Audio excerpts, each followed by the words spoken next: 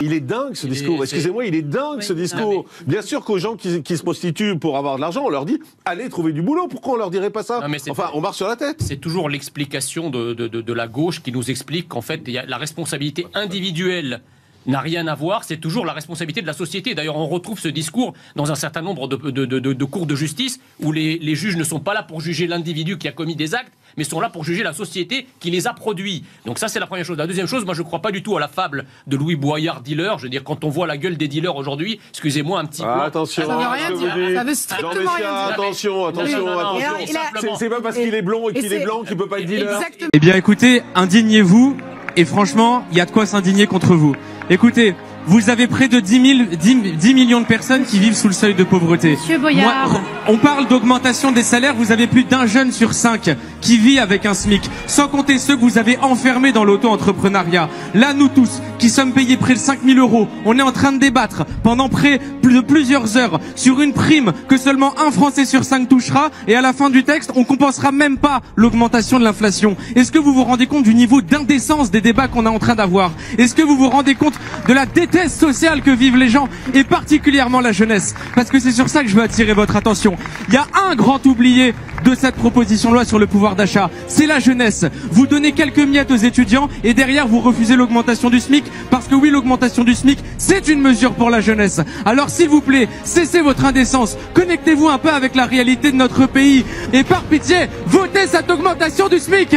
Face au Rassemblement national, on respecte les gestes barrières.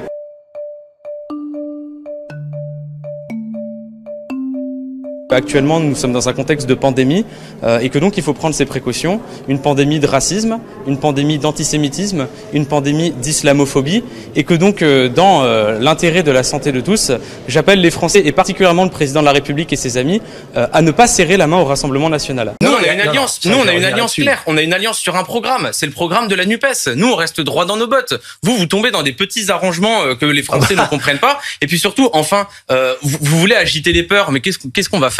On va mener un travail normal que va faire le président de la Commission des Finances. Bien. Les seules personnes qui ont véritablement des raisons de s'inquiéter, ce sont les évadés fiscaux, parce que c'est aussi ça, nous, notre priorité, c'est d'aller chercher les évadés fiscaux qui derrière. Vous avez aujourd'hui des générations à la tête de l'État et des entreprises qui font le choix de défendre des intérêts financiers plutôt que de préserver la planète et les générations futures. Il y a rupture générationnelle.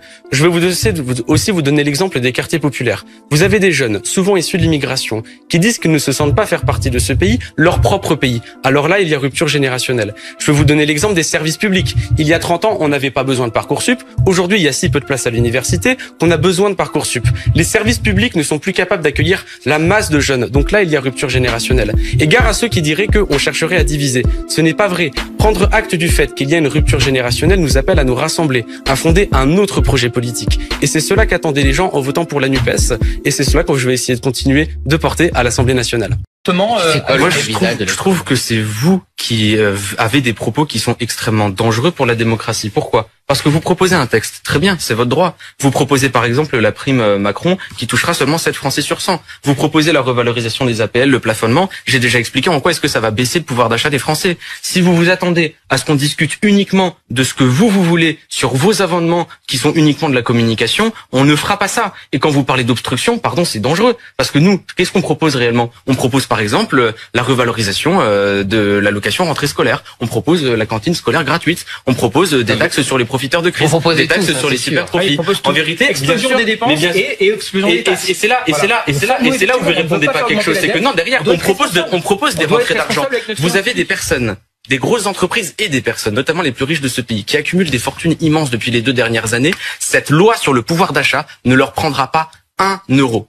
Pas 1 euro. On n'avait pas seulement besoin d'une loi sur le pouvoir d'achat, on avait besoin d'une loi sur le partage des richesses. Et c'est ça, nous, qu'on a voulu infuser dans le débat. Que vous ne soyez pas d'accord, c'est votre droit. On peut avoir un débat et je pourrais vous montrer pourquoi est-ce que je pense que vous avez tort. Mais vous pouvez pas dire qu'on fait de l'obstruction dès lors qu'on fait des propositions. C'est quoi cette vision d'un Parlement où on serait uniquement en train de discuter de ce dont vous voulez? Et surtout derrière, mais c'est quoi ces propos dangereux de dire que parce que nous on est dans la proposition, parce qu'on essaie de mettre un débat sur un projet de société, on ferait le jeu du Rassemblement national. C'est vous qui avez des postures ambiguës avec le Rassemblement national depuis le début. C'est à cause de vous qui sont dans le bureau de l'Assemblée nationale. C'est vous en tenant ce genre de propos qui les banalisez. On peut avoir un débat sur des projets de société différents, mais c'est vous qui jouez avec cette assurance vie-là pour éviter que nous derrière on puisse faire passer nos idées et qu'on puisse convaincre des gens. Parce que c'est ça le fondement. Quand vous parlez d'obstruction, quand vous parlez de pagaille, quand vous parlez de jouer le jeu de l'extrême droite, en vérité vous voulez parler de tout, sauf du fait que nous on veut taxer les riches et répartir les richesses.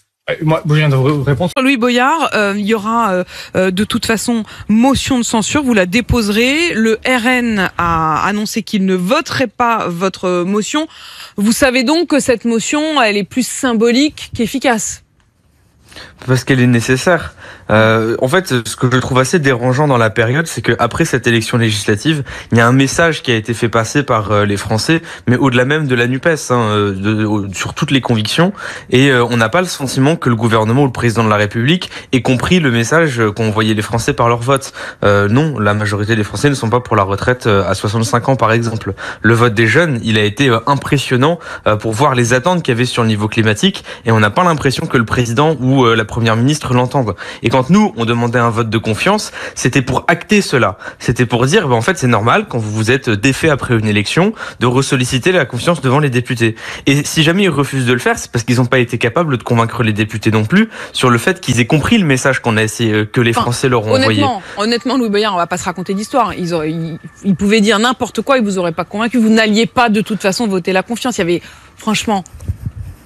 Mais si jamais Emmanuel Macron nous faisait savoir qu'il avait compris que le message que les Français envoyaient, et même nous les messages qu'on lui envoie, c'est-à-dire qu'il va falloir avoir une autre pratique démocratique, on voit qu'il a pas retenu la leçon, qu'il ne faudra pas faire la retraite à 65 ans, on voit qu'il a pas retenu la leçon, qu'il va falloir avancer sur le climat, moi c'est un sujet qui m'intéresse beaucoup, il semble pas avoir retenu la leçon, bah non, on va pas voter. Mais en fait c'est ça le problème, là on n'est pas dans un jeu de parti, dans un jeu de politiciens, la question c'est de savoir est-ce que le président a compris le message que lui ont envoyé les Français, et on voit que c'est pas le cas. Il a pas fait de renouvellement sur les pratiques démocratiques. Il maintient la retraite à 65 ans.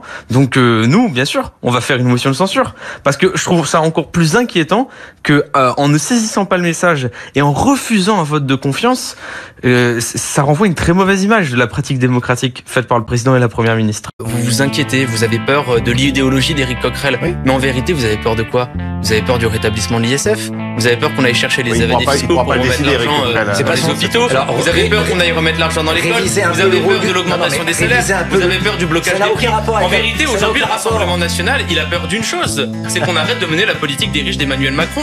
Et au fond, ce que vous avez montré ces derniers jours, c'est que en vous alliant avec La République En Marche la veille, vous n'êtes pas une opposition à Emmanuel Macron. En vous inquiétant qu'on mène un programme social à la tête de la Commission des Finances, vous avez montré que vous êtes un allié objectif d'Emmanuel Macron. Quand vous avez peur de l'idéologie, vous avez simplement peur de la répartition des richesses. Monsieur Boyard, ce n'est pas Monsieur Coquerel qui va décider de la politique de la France. Et donc vous voyez bien, pourquoi est-ce que vous voyez bien, si jamais vous avez vous voyez bien que vous confondez la présidence de la Commission des Finances avec un outil idéologique et vous venez d'en faire la preuve. Voilà ce qui nous inquiète. Mais vous voulez agiter les peurs, mais qu'est-ce qu'on va faire? On va mener un travail normal que va faire le président de la Commission des Finances. Les seules personnes qui ont véritablement des raisons de s'inquiéter, ce sont les évadés fiscaux. La doxa qu'on sort constamment aux jeunes qui est, si jamais vous ne vous faites pas vacciner, on va reconfiner, ça ne fonctionne pas. Parce que c'est pas ça qui va inciter les jeunes à sortir. Les jeunes se posent aujourd'hui une question, c'est pourquoi moi, qui ne suis pas à risque, ça aurait une utilité pour la société que je me fasse vacciner. Et en fait, je pense que les jeunes ont surtout besoin d'information plus que d'incitation. Et cette information-là, elle n'existe pas. Je ne comprends pas qu'on n'ait pas plus de spots de publicité qui, plutôt que de culpabiliser en disant vous faire vacciner, ça va permettre de réouvrir, on explique d'où vient l'ARN messager. Je ne comprends pas qu'on explique pas que si jamais nous on est vacciné, on a moins de chances de transmettre à un autre. Je ne comprends pas que le gouvernement n'explique pas aux jeunes que si jamais ils se font vacciner, il y a moins de chances qu'il y ait un variant. Je suis d'accord avec vous, mais Olivier Véran, il est sur le terrain tous les jours, c'est des messages qui sont dits, redits, non? Ouais, mais c'est des messages qui sont dits dans les médias traditionnels. Ça vous aura pas échappé qu'aujourd'hui la jeunesse elle est ailleurs et il faut aller la chercher ailleurs. Là vous marquez un point. Sur ces réseaux sociaux-là. Mais sur ces réseaux sociaux-là, on ne communique pas. Ou quand on communique, c'est cet unique spot de pub qui dit vous vacciner, c'est permettre de ne pas reconfiner.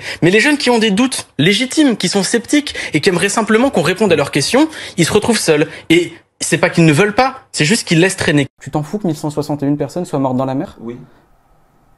Enfin, c'est ça? Non mais c'est ça? Voilà. Ok, bah c'est parfait. C'est un distinguo entre les Français et les étrangers. D'accord, ok. Et qu'il y en ait qui meurent, c'est très triste, mais il y a des gens qui meurent partout.